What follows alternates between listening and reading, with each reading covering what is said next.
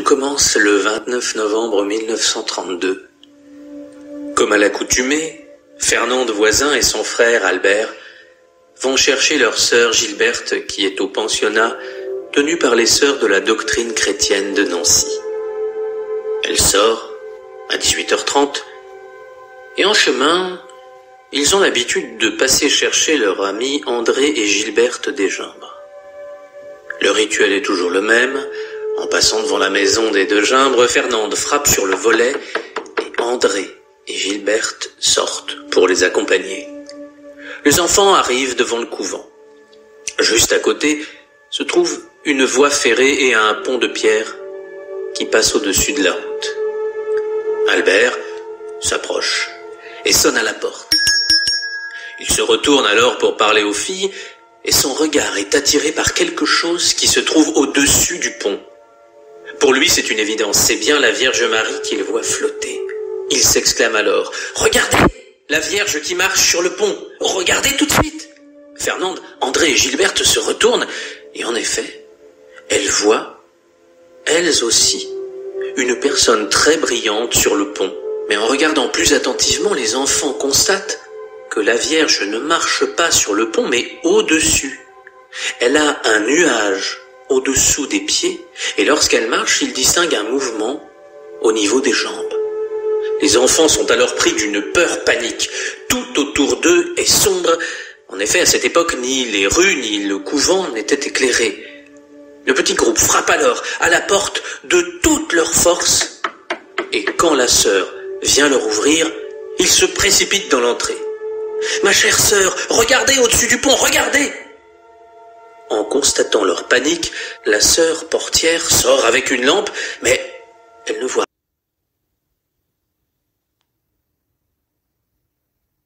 pas.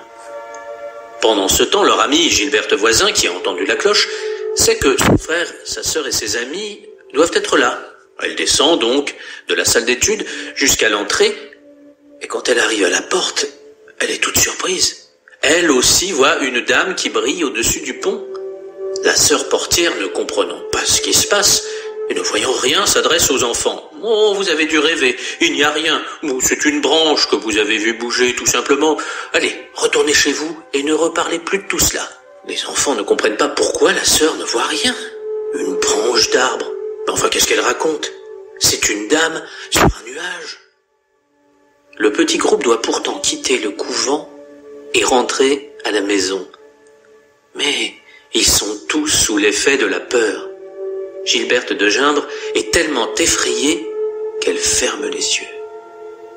Forcément, après quelques pas, elle tombe à terre. En se relevant, elle ne peut s'empêcher de regarder le pont. Et elle voit que la dame est toujours là, les mains jointes, et elle les regarde. En rentrant à la maison, les enfants racontent leur histoire. Chez la famille Voisin, on ne les croit pas. Et chez les Desgimbres, idem. Il faut savoir qu'André et Gilberte Desgimbres n'ont plus de père, car celui-ci est mort quelques années auparavant. Leur papa leur vouait un très grand amour et leur apportait beaucoup de tendresse. Il ne reste plus que leur mère, qui est très autoritaire. En entendant leur récit, elle leur déclare alors: « Vous m'avez raconté votre histoire très bien, mais désormais c'est fini. Je ne veux plus jamais entendre parler de cela. » André et Gilberte Desgimbres vont obéir et n'osent plus rien dire. Mais comment oublier un tel événement? Le lendemain, les enfants vont à l'école et passent devant le pont. Mais ils ne voient pas la belle dame. La vie reprend son cours et le soir arrivant, à nouveau, Fernande et Albert Voisin frappent au volet de la maison des Desgimbres. André et Gilberte les rejoignent, mais l'ambiance est tendue et personne ne dit mot. Arrive le moment fatidique où ils s'approchent du couvent et du pont, et là, rien. Personne ne se trouve au-dessus du pont. Albert va donc, comme à son habitude, sonner à la porte du couvent, et à ce moment précis, ils se retournent tous, et ils la voient à nouveau. Comme la veille, le même rituel semble se reproduire. Les sœurs du couvent ne voient rien, les enfants rentrent à la maison, racontent leur histoire, et font face à la même incrédulité. Toutefois, la mère d'André et Gilberte s'est faite une opinion. Elle se dit que c'est presque début décembre et en Belgique, on fête Saint-Nicolas le 6 décembre. La Saint-Nicolas, c'est l'équivalent de Noël pour les Belges. Et leur mère se dit que c'est quelqu'un qui s'est déguisé et qui veut les effrayer. Elle leur annonce alors que le lendemain, elle prendra un bâton et les accompagnera jusqu'au couvent. Et si elle voit quelqu'un, gare à lui. Le jour qui suit, la mère de Gimbre les accompagne en scrutant chaque mètre du chemin. Certains habitants, on ne sait trop comment, ont eu vent de cette affaire. Et il y a un petit groupe qui suit les enfants. Quand tout ce petit monde arrive au pont, force est de constater qu'il n'y a aucun phénomène particulier. Pendant que les bambins vont chercher Gilberte Voisin, comme à l'accoutumée, la mère inspecte les fourrés autour de la voie de chemin de fer. Albert sonne et cette fois, pas d'apparition. Gilberte Voisin finit par descendre et rejoint ses amis. Et alors qu'il s'apprête à partir, il se retourne et voit la Vierge à seulement quelques mètres d'eux. Elle n'est plus au-dessus du pont, mais dans un buisson de houx qui se trouve dans le jardin du couvent. Comme les autres fois, elle est au-dessus du sol, elle a les mains jointes. La voyant de plus près, les enfants peuvent la décrire. Elle porte une robe blanche, toute droite, qui tombe avec des plis. La robe se fond dans le nuage sur lequel elle se tient. Celui-ci masque les pieds. Un voile sur sa tête couvre ses épaules. Elle a un reflet bleu qui part de l'épaule gauche et traverse sa robe. Elle a un chapelet qui se perd dans les plis de la robe. Et autour de la tête, on peut distinguer des rayons d'or et de lumière au travers desquels il était possible de voir. Elle est là, si proche, que les enfants ont l'impression de pouvoir la toucher. Ils voient alors sur son visage un magnifique sourire se dessiner. Et à partir de ce moment-là, ils n'auront plus jamais peur. Cette grande frayeur qu'ils avaient tous ressentie en la voyant sur le pont, elle se dissipe complètement, totalement, car le sourire de la Vierge est pour eux le plus beau des cadeaux. Ils ressentent un tel amour, et la lumière qui entoure la Vierge les transperce et les réchauffe au plus profond de leur cœur. Gilberte et André appellent leur mère. « Regarde, maman, elle est juste là, à côté de nous. » Mais la Vierge a disparu. Leur mère fouille alors le buisson de houx, scrute les environs et ne trouve rien. Elle revient alors furieuse et dit « Si je ne vois rien, c'est qu'il n'y a rien. Donc vous n'avez rien vu. Je ne veux plus jamais entendre parler de ça. C'est fini. » La nouvelle va se répandre. Et de plus en plus de monde s'attroupe quand les enfants vont chercher leur ami. La mère supérieure du couvent, nommée Mère Théophile, a bien entendu eu vent de cette histoire. Soucieuse de la réputation de son établissement, elle va convoquer les voyants en espérant démêler le vrai du faux. Gilberte de Gimbre, qui avait vu une représentation de la Vierge dans une réplique de la grotte de Lourdes dans le jardin du couvent, avait pensé du haut de ses 9 ans que cela devait être la statue qui s'était mise à marcher. Bien sûr, face à un tel phénomène, qui pourrait blâmer une fillette d'imaginer cela? Lorsque Mère Théophile convoque Gilbert de Gimbre, elle n'est pas tendre avec elle. « Qu'est-ce qu'on raconte? Vous dites que vous avez vu la statue qui marchait? Je n'ai jamais entendu dire une bêtise pareille. Vous êtes une petite menteuse. Vous n'entrerez plus dans mon jardin. Je vais fermer les grilles à clé. Je vais lâcher les chiens. Et si vous venez, j'appellerai la gendarmerie. » Tout était fait pour dissuader les enfants. L'incrédulité de leur famille, les menaces des adultes, sans compter les quolibets. Mais depuis qu'ils ont vu le sourire de la Vierge, ils n'ont que faire des mauvais mots et des menaces. Une force irrésistible les attire. Comme le dira une des voyantes, un tel besoin, ça ne s'explique pas. Bravant tous les interdits, les enfants vont donc aller devant la grille du couvent. Et là, les chiens, en voyant tout ce monde qui accourt, se mettent à hurler comme des féroces gardiens. Ils sautent au niveau de la grille, prêts à mordre tous les imprudents qui oseraient entrer. Et d'un seul coup, les chiens se couchent à terre. et ne disent plus rien. À ce moment précis, les enfants voient la Vierge apparaître au niveau d'un buisson d'aubépine. Elle flotte à 50 cm au-dessus du sol. Les enfants tombent à genoux, comme si une force les plaquait au sol. Impossible de rester debout. Elle était si belle, témoigneront-ils plus tard. Les enfants ne peuvent décrire sa beauté tellement elle les émeut, au-delà de tout ce que l'on peut imaginer. La Vierge leur parle pour la première fois. Sa voix était très douce. On l'entendait sans effort, comme une voix qui vous pénétrait. Vous devez être bien sage. Oui, nous le serons toujours, répondent-ils à l'unisson. Cette fois, les enfants sont certains qu'on va leur porter crédit, que les adultes ne la voient pas, d'accord, mais là, elle a parlé, tout le monde devrait l'avoir entendue. Pourtant, il n'y aura qu'eux à pouvoir écouter ces belles paroles. Quand ils annoncent le message de la Vierge, certains se moquent ouvertement d'eux en disant « Ça m'étonnerait que la Vierge dise de telles banalités. Elle doit annoncer autre chose, de bien plus profond. » Comme bien souvent, malheureusement, les gens jugent sans essayer de comprendre. Ils veulent que l'on fasse à leur façon. Ils sont sûrement plus intelligents que Dieu lui-même. Car lorsque l'on a demandé à Gilberte Desgimbres ce que signifie pour elle être sage, elle dira ceci. Être sage, pour moi, signifie que tout doit être fait pour le Seigneur, dans les choses qui nous plaisent et qui nous déplaisent, qui nous fatiguent, que l'on doit supporter, que tout soit toujours une prière dédiée à Dieu. Alors, si ceux qui trouvent le message de la Vierge simpliste pouvaient seulement l'appliquer dans leur vie, combien le monde pourrait changer en peu de temps. Les choses vont commencer à être très difficiles pour ces jeunes voyants, car ils n'ont aucun soutien, ni de leur famille, ni de l'Église, simplement des reproches et des moqueries. Le père de la famille voisin demande à Fernande, Albert et Gilberte d'arrêter cette histoire et de dire officiellement qu'ils n'ont rien vu. Cela simplifierait bien des choses.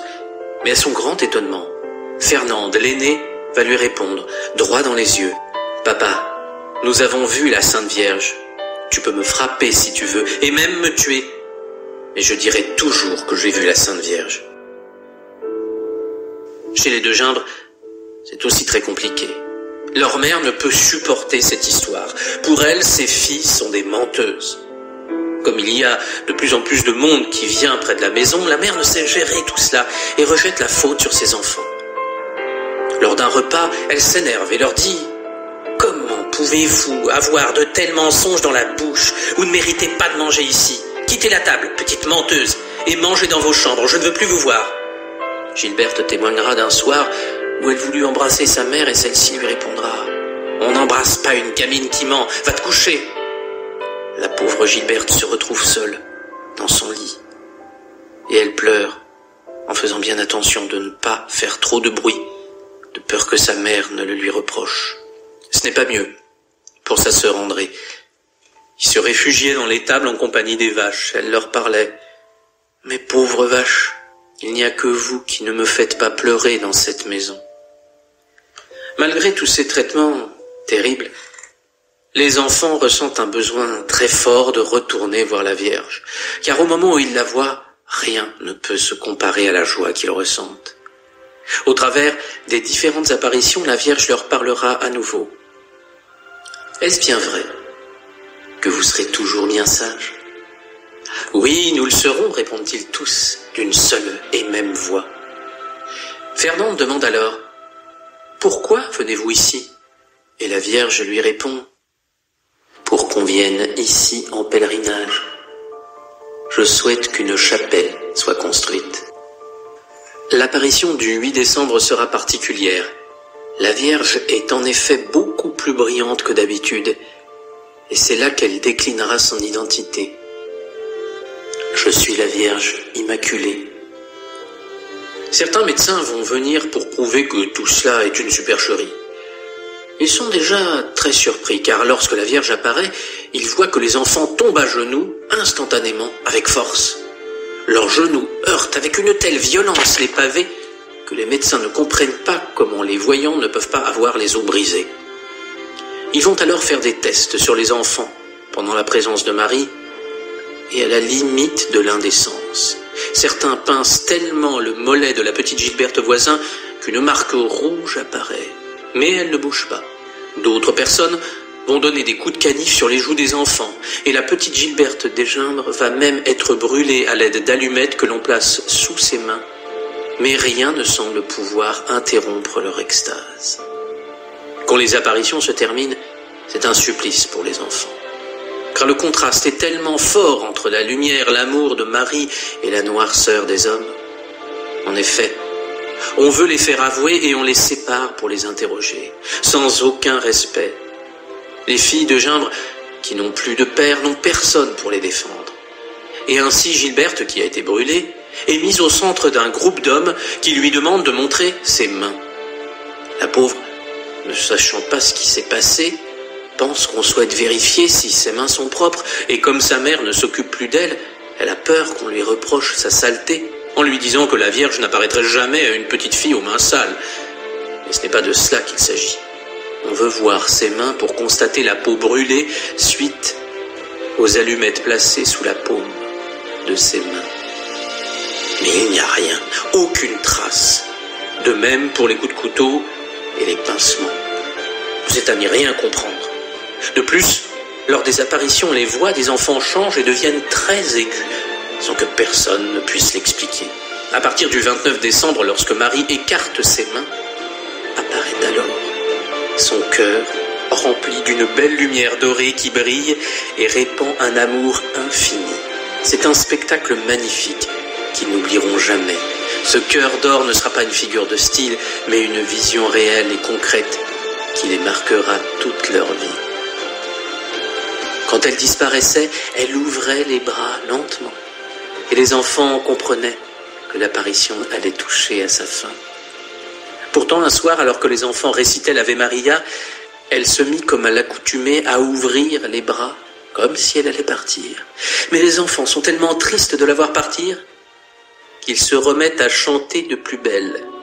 Ils voient alors la Vierge joindre à nouveau les mains et rester auprès d'eux. Puis quelques minutes après, ses bras commencèrent encore à s'éloigner et les enfants se mirent de tout leur cœur à chanter l'Ave Maria et la Vierge rejoignit ses mains.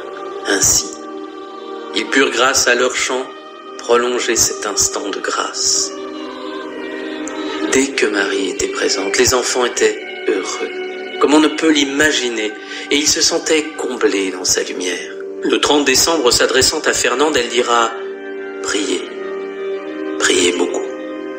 Puis le 1er janvier, à Gilberte Voisin, « Priez toujours ». Le 3 janvier, plus de 30 000 personnes sont présentes. L'apparition se déroule comme à l'accoutumée et les enfants tombent à genoux. Marie s'adresse à chaque enfant individuellement et elle confie aux 3 plus jeunes un secret. Quand elle parlait aux petits, les grands voyaient les lèvres bouger mais n'entendaient rien.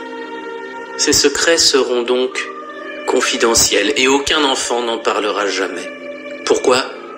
Cela restera un mystère. Voici les dernières paroles de Marie à Gilberte Voisin. Je convertirai les pécheurs à Dieu. À Albert Voisin, elle confiera Je suis la mère de Dieu, la reine des cieux. Priez toujours à Dieu.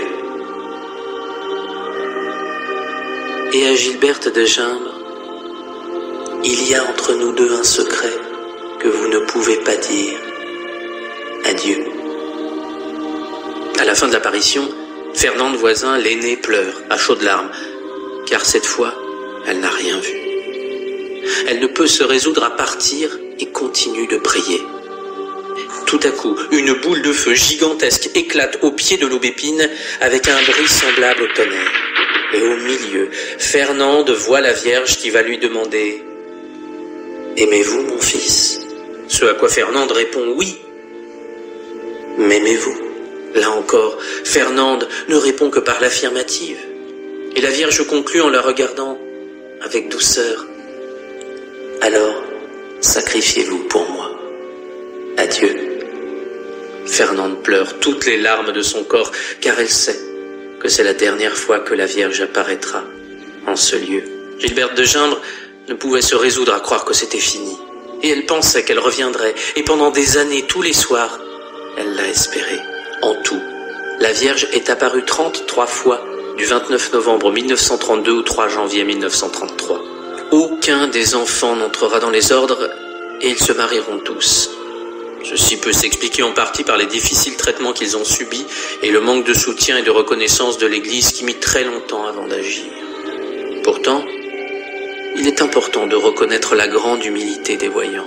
Ils auraient pu passer leur existence à fanfaronner et se prendre pour des vedettes en mettant en avant leur privilège d'avoir vu la Vierge, mais ce ne fut pas le cas. Au contraire, ils ne comprenaient pas pourquoi la Vierge leur était apparue. Eux, qui n'étaient rien. Cette grande humilité, ils en feront preuve tout au long de leur vie. Ces événements eurent un retentissement énorme en Belgique. Le clergé belge, en la personne de Monseigneur Charru, évêque de Namur, autorisera le culte le 2 février 1943 et reconnaîtra l'authenticité des faits le 2 juillet 1949. 2 guérisons ont été admises comme miraculeuses par les médecins, aucune explication scientifique n'ayant pu être avancée. En voici le récit. En 1933, Maria van Leer de Terhout est âgée de 33 ans et infirme depuis ses 18 ans. Elle est atteinte d'une maladie infectieuse grave, le mal de Pott, qui provoque l'ankylose des vertèbres du cou et l'empêche de redresser la tête.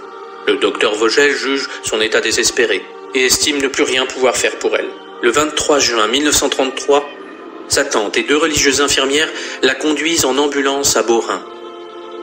Lors de la traversée de Namur, on la croit mourante. Près de l'aubépine, elle prie avec les 5 enfants. Rien ne se passe. Gilberte de Gimbre, en la quittant, lui dit « Gardez confiance, madame, on continue à prier. » Le voyage du retour est très pénible. Le lendemain matin, à son réveil, le mal a totalement disparu. Elle se lève seule, s'habille et marche. La tête s'est redressée, l'enflure a disparu. Quelques années plus tard, elle devient religieuse, franciscaine de la Sainte Famille sous le nom de sœur Pudentia. Elle soignera les malades jusqu'à sa mort en 1980. Voici maintenant la 2e guérison. Madame Group, épouse à quart de Saint-Nicolas-Weiss, en Belgique flamande, est âgée de 43 ans. Elle est atteinte du cancer de la matrice. Les hémorragies sont abondantes et l'opération imminente. Mais elle refuse la chirurgie et préfère aller prier avec son fils Notre-Dame de Beaurain pour implorer sa guérison, le 30 juillet 1933. Au cours du voyage retour, elle se sent bien. Le 28 août, son médecin, le docteur Van de Putte, l'examine et constate que le mal a disparu. Le 6 mars 1934, il confirme la guérison miraculeuse et remet une attestation qui arrive aux autorités diocésaines. En 2013, l'église supérieure des sanctuaires a été élevée au rang de basilique mineure. Autre fait à noter, le 18 mai 1985, le pape Jean-Paul II viendra faire un pèlerinage à Beaurain. Après son arrivée par hélicoptère dans un champ, il s'arrêtera au jardin des apparitions et rencontrera les voyants et leurs familles, puis célébrera une messe en plein air. Ce sanctuaire est un lieu propice à la prière, au calme. Je vous invite à vous y rendre. D'ailleurs, quand on interrogeait Gilberte de Gimbre pour savoir pourquoi la Vierge avait choisi Beaurain pour apparaître, elle répondait avec inspiration que ce lieu n'avait aucune distraction, que ce n'était pas une attraction touristique et que si l'on venait ici, c'était uniquement pour un pèlerinage et rien d'autre. Pour en savoir plus, je vous mets en description le lien vers le sanctuaire de Beaurain. Vous pourrez également y découvrir des vidéos et des informations complémentaires pour aller plus loin. Pour conclure, je vais vous citer cette belle phrase de Gilberte de Gimbre. « Lorsque vous apprendrez que je suis morte, chantez le Magnificat. Le merci de Marie à l'adresse du Seigneur. Il faut dire merci, disait-elle, même pour les choses que l'on ne voit pas. Cette phrase fait preuve d'une grande sagesse, car celui qui sait dire un vrai merci prend alors conscience de toutes les richesses que Dieu a mis dans sa vie. Pas un merci automatique qui ne reflète que du vide, mais un merci véritable, qui fait résonner l'ensemble de ce qui est mis à notre service depuis que nous sommes nés. Et alors, nous nous rendons compte de ces richesses et cela ne peut que nous mettre en joie. Un merci, c'est aussi une forme de prière. Alors pour finir, faisons honneur au cœur doré de la Vierge Marie, symbole de son amour divin qu'elle nous porte tous. Amour qui peut, comme cela s'est déjà produit à de si nombreuses reprises, redonner espoir, guérir, convertir et guider des âmes égarées vers la seule et unique destination, Dieu, par l'intermédiaire du Christ. C'est pour cela qu'elle demande toujours de se tourner vers son Fils, car comme Jésus l'a dit dans l'Évangile selon saint Jean, « Nul ne vient au Père que par moi ». Il existe aussi une célèbre prière à Notre-Dame de Beaurain. Je ne peux résister au plaisir de vous inviter à la réciter avec moi. Ô Marie, tu brilles toujours sur notre chemin, en signe de salut et d'espoir.